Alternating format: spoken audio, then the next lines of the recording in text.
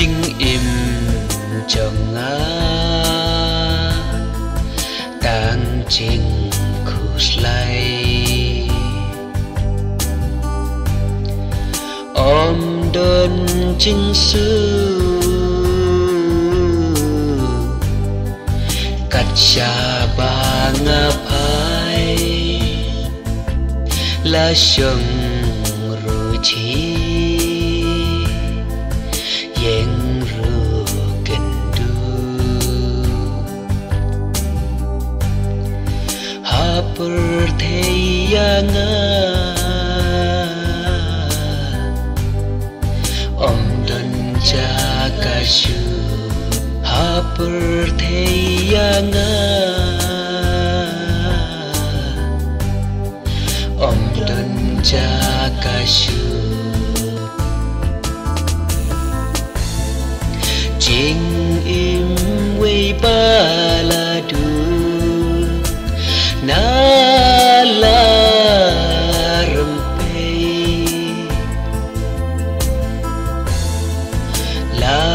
kum hari klau badum senya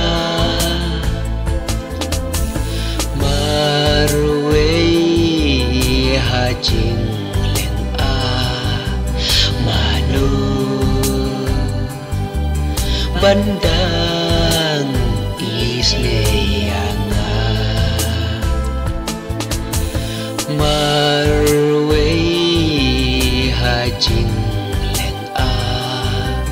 manu bandang isneyanga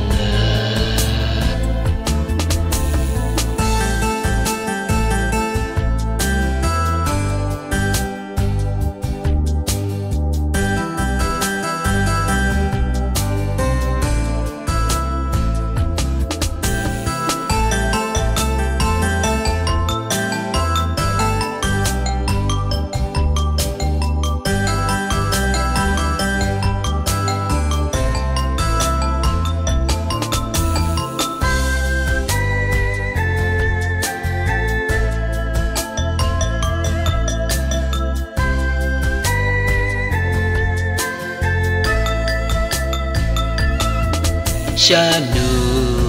menta ngan lên ngan he ha mi ap lei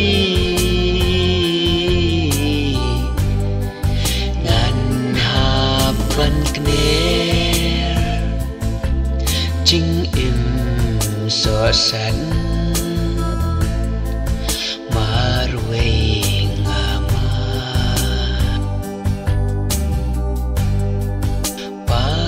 Kadonu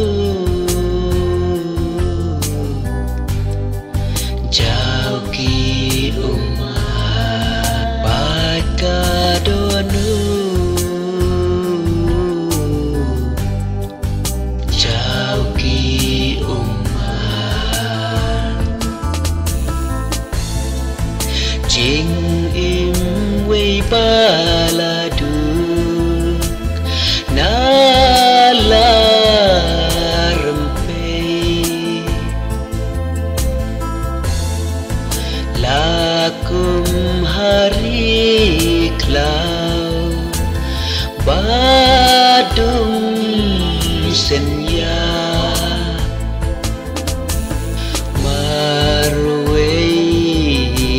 hajing leng a